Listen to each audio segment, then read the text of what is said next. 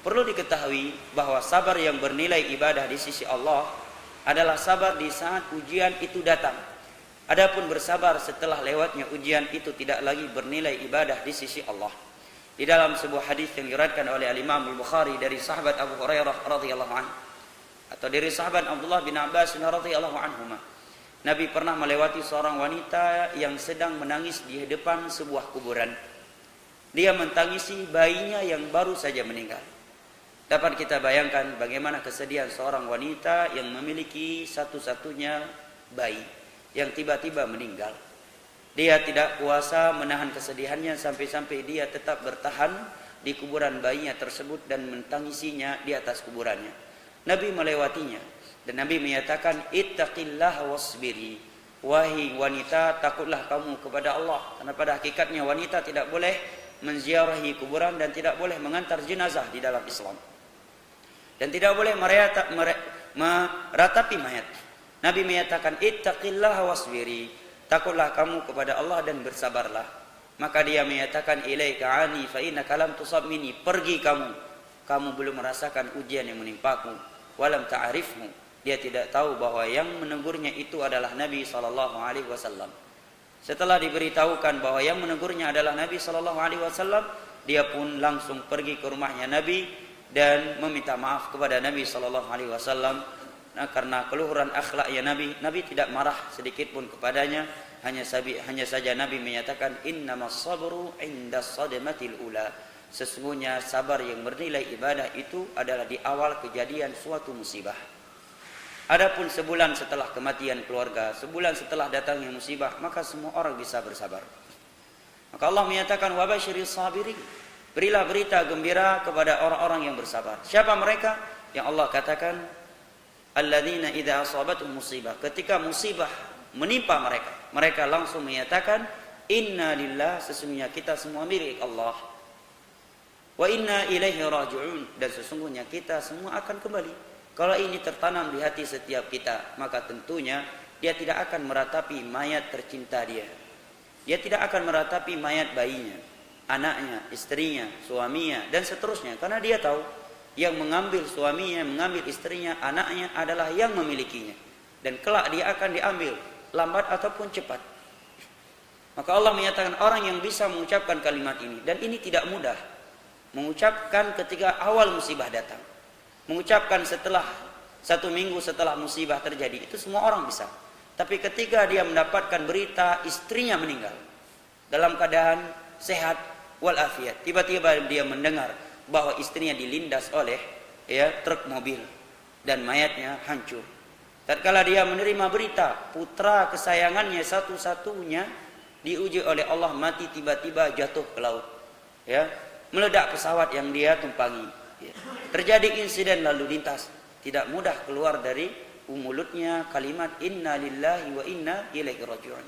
Oleh karena itu Allah menyatakan orang yang bisa mengucapkan kalimat tersebut, memahami kandungannya, merenungi dan mentadaburi kalimat-kalimat tersebut, maka kata Allah bagi mereka selawat dari Allah, pujian dan sanjungannya Allah, rahmat dan hidayah dari Allah Jalla wa Ala. Saya akhiri dengan sebuah cerita bahwa ada seorang sahabat Nabi yang bernama Abu Talha. Ketika putra bayi beliau meninggal, setelah meninggal beliau menampakkan kesenangan. Beliau malah memakai pakaian-pakaian yang bagus. Sampai-sampai sahabat yang lain menegurnya, kamu sedang mendapat musibah atau sedang mendapat nikmat? Kami melihat tidak ada kesedihan darimu dari musibah ini. Maka beliau menjawab, kenapa saya harus bersedih? Kenapa saya harus menampakkan kesedihanku sedangkan Allah menjanjikan aku 3 hal yang tidak Allah berikan kepada orang lain. Maka beliau pun membacakan firman Allah tadi, ulaika alaihim salawatum min rabbihim. Bagi mereka orang-orang yang sabar ketika diuji, salawat dari Rabb mereka, pujian dan sanjungan Allah, rahmat dan hidayah. 3 perkara ini sungguh lebih baik daripada dunia beserta isinya untukku. Adapun anakku, aku akan kembali bertemu dengan mereka kalau jalan kami sama di dunia ini. Ini perlu sering kita bahas ya jamaah. Sering kita ingatkan kepada anak istri kita. Seringkali kaum muslimin ketika mereka kaya, lupa mendekatkan anak istri mereka kepada agama. Dia enggak tahu ketika dia dimatikan oleh Allah secara tiba-tiba, anaknya jauh dari agama Allah, imannya lemah, mereka tidak siap menerima sebuah musibah yang datang secara tiba-tiba. Mereka tidak mampu menerima kematian ayahnya atau kebangkrutan ayah, sehingga sebagian anak ada yang banting setir, ya, masuk ke dunia sabu-sabu, ada yang masuk ke dunia seks, ada yang masuk ke dunia judi. Bahkan tidak sedikit anak kaum muslimin yang melakukan bunuh diri. Apa sebabnya? Karena mereka tidak punya iman. Tidak kuat imannya kepada takdir ketika mendengar berita secara tiba-tiba bapak ibunya meninggal karena pesawat yang mereka tumpangi meledak di angkasa dan dia hidup seorang diri. Harta tidak punya, rumah masih ngontrak, hutang orang tuanya masih banyak yang harus dia tutupi. Demikian pula seorang ayah, ya, atau orang tuanya tidak meninggal, tapi tadinya orang tuanya adalah orang yang konglomerat, tiba-tiba bangkrut, miskin tiba-tiba, dia harus menjual rumah mewahnya, mobil mewahnya, dan harus siap tinggal di rumah kontrakan yang kecil, bahkan terduduk utang sekian miliar.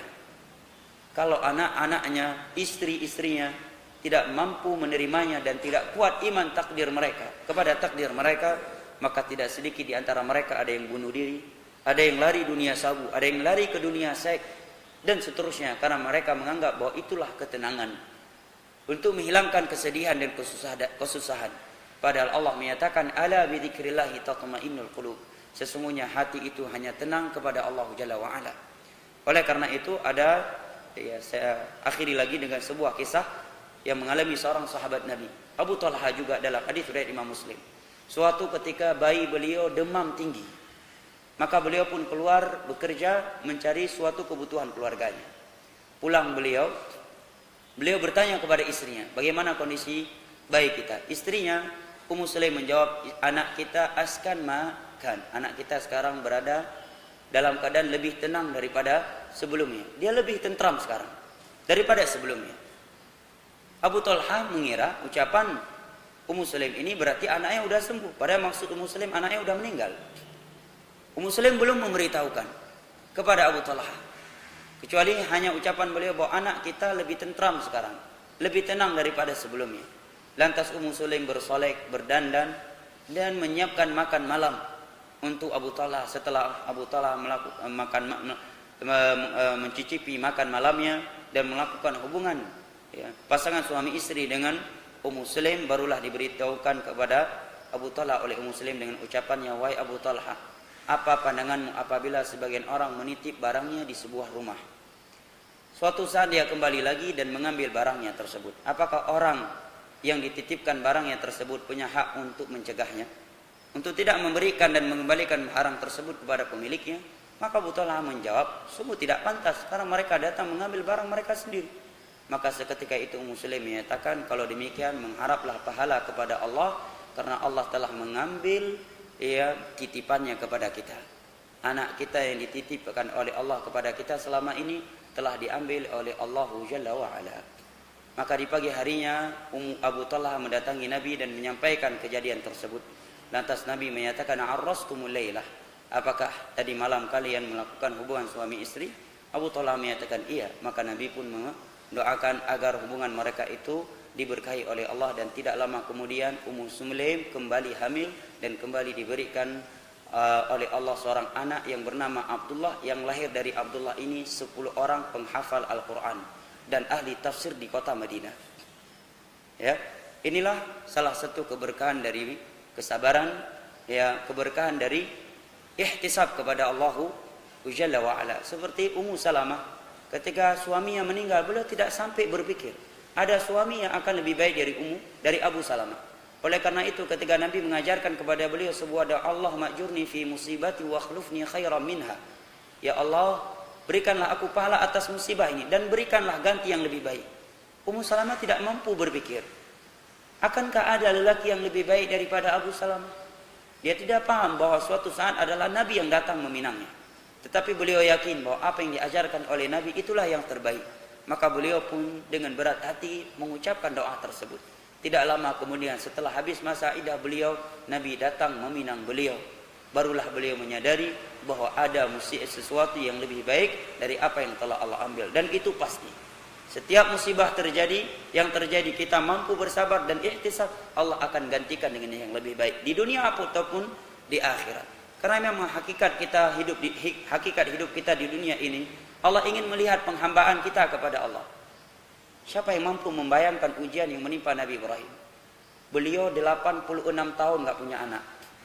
Di umur 86 tahun beliau dianugerahkan seorang anak yang bernama Nabi Ismail.